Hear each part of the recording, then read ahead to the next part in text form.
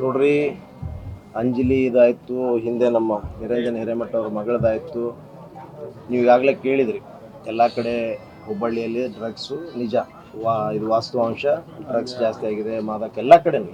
ಈಗ ಸರ್ಕಾರ ಬಂದ ತಕ್ಷಣ ಆಗಿದೆ ಅಂತ ಏನಿಲ್ಲ, ಮುಂಚೆಯಿಂದನೂ ಕೂಡ ಇದು ಜಾಸ್ತಿನೇ ಇದೆ, ಬೆಳೀತಾ ಇದೆ. ಅದನ್ನು ಕಟ್ ಡೌನ್ ಮಾಡೋಕ್ಕೆ ನಾವು ಭಾಳ ಸ್ಟ್ರಿಕ್ಟಾಗಿ ಯಾವಾಗ ಕೂಡ ಭಾಳ ಓಪನ್ನಾಗಿ ಹೇಳ್ತೀವಿ, ಡ್ರಗ್ಸ್ ಮುಕ್ತ ಮಾಡಬೇಕು, ಅಧಿಕಾರಿಗಳು ಖಡಕ್ ನೀವು ಇಲ್ಲ ಅಂತಂದರೆ ಇಲ್ಲಿ ಜಾಗ ಖಾಲಿ ಮಾಡಿರಿ ಅಂತೇಳಿ ನನ್ನ ಸ್ಟೇಟ್ಮೆಂಟ್ ಈಗಲ್ಲ ಯಾವಾಗೂ ಕೊಡ್ತಾನೆ ಬಂದಿದ್ದೀವಿ. ಇದಕ್ಕೆ ಎಲ್ಲಿನೂ ಕೂಡ ಕ್ರಿಮಿನಲ್ ಆ್ಯಕ್ಟಿವಿಟೀಸ್ಗೆ ನಾವು ಎಲ್ಲಿನೂ ಅವಕಾಶನೇ ಇಲ್ಲ ಅಂತೇಳಿ ನಾನು ಈಗ 11 ವರ್ಷ ಆಯ್ತು ಶಾಸಕನಾಗಿ ಇದೇ ಸ್ಟೇಟ್ಮೆಂಟ್ ಯಾವಾಗಿಂದ ಫಸ್ಟಿಂದ ಮಾಡ್ತಾ ಬಂದಿದ್ವಿ. ಮತ್ತು ಅಧಿಕಾರಿಗಳು ಕೂಡ ಈಗೆಲ್ಲ ಮೇಲಿಂದ ಮೇಲೆ ಅವ್ರ ಸಭೆ ಕೂಡ ಮಾಡಿ ನಾನು ಅನೇಕ ಬಾರಿ ಕೂಡ ಅವ್ರಿಗೆ ಹೇಳಿದ್ದೀನಿ. ಕೆಲವರು ನಮ್ಮ ಅಂದರೆ ಇನ್ಸ್ಪೆಕ್ಟರ್ ಲೆವೆಲ್ನಲ್ಲಿ ಅಧಿಕಾರಿಗಳನ್ನ ಕೂಡ ಮೀಟಿಂಗ್ ಮಾಡಿ ಈ ರೀತಿ ಆಗಬಾರ್ದು, ಅದನ್ನು ತಡೆಯಲಿಕ್ಕೆ ಏನು ಮಾಡ್ತೀರಿ.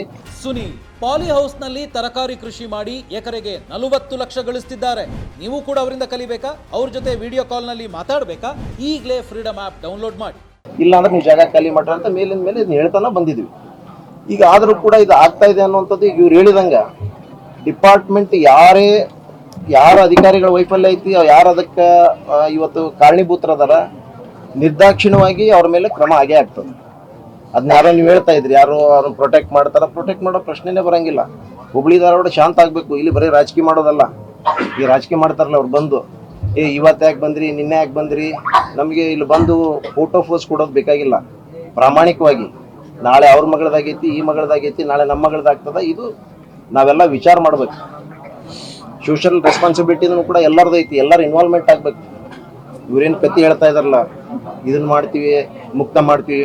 ಮೊದಲು UP ಕ್ರೈಮ್ ರೇಟ್ 7.8 ಇದೆ, ಇಡೀ ದೇಶದಲ್ಲಿ ನಂಬರ್ 1 ಐತಿ ಕ್ರೈಮ್ ರೇಟ್.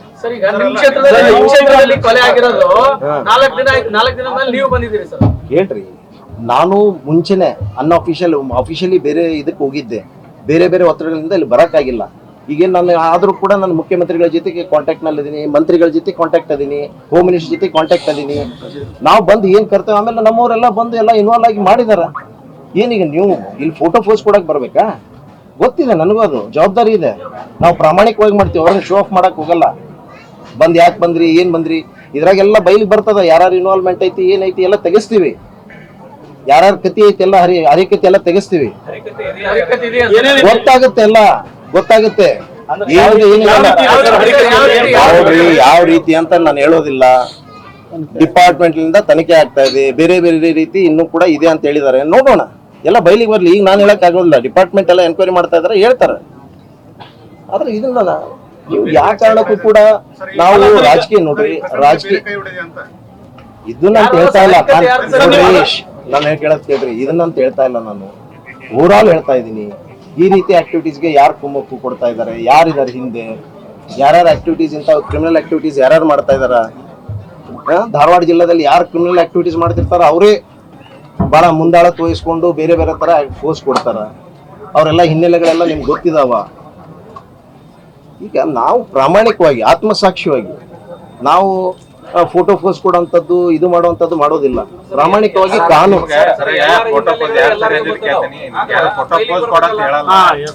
ಏನ್ ಪ್ರಶ್ನೆ ಅಂತಂದ್ರೆ, ಇಲ್ಲಿ ಈಗ ನಿಮ್ಗೆ ಗೊತ್ತೈತಲ್ಲ, ನೀವು ಒಬ್ಬರು ಜನಪ್ರತಿನಿಧಿ ಜವಾಬ್ದಾರಿ ಸ್ಥಾನದಲ್ಲಿದ್ರಿ, ಯಾರ್ಯಾರು ಹಿನ್ನೆಲೆ ಅದಾರಂದ್ರೆ ನೀವು ತನಿಖೆಗೆ ಆದೇಶಿಸಬಹುದಾಗಿತ್ತಲ್ಲ, ಅಂತವ್ರ ಮೇಲೆ ಮಾತಾಡಿದ್ವಿ. ಈಗ ಅಂದ್ರೆ ನಾವು ಯಾರೇ ಇದ್ರು ಏನು ಕಾರಣ, ಏನು ಹಿಂದೆ ಈ ಕ್ರಿಮಿನಲ್ ಆಕ್ಟಿವಿಟೀಸ್ ಯಾರು ನಡೀತಾ ಇದೆ, ಏನು ಡ್ರಗ್ಸ್ ಯಾವ ರೀತಿ ಇಲ್ಲೆಲ್ಲ ಆಗ್ತಾ ಇದೆ, ಅದಕ್ಕೆ ಯಾವ ರೀತಿ ಕಡಿವಾಣ ಆಗ್ಬೇಕು, ನಾವು ಮೇಲಿಂದ ಮೇಲೆ ಇಲ್ಲೇನು ನಿಮ್ಗೆ ತೋರಿಸಿ ಮಾಡೋದಿಲ್ಲ, ಎಲ್ಲಾನು ಕೂಡ ಮಾಡ್ತಾ ಇದೀವಿ.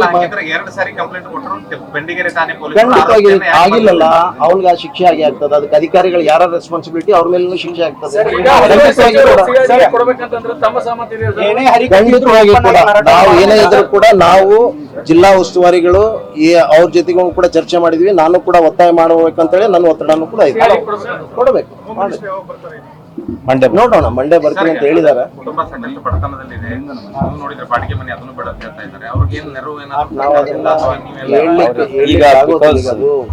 ಕೋಡ್ ಆಫ್ ಕಂಡಕ್ಟ್ ಹೇಳಕ್ ಬರಲ್ಲ, ಬಟ್ ಮಾಡ್ತೀವಿ. ಸರ್ಕಾರ ಖಂಡಿತವಾಗ್ಲೂ ಮಾಡ್ತೀವಿ, ಡೆಫಿನೆಟ್ಲಿ ಎಲ್ಲಾನು ಮಾಡ್ತೀವಿ.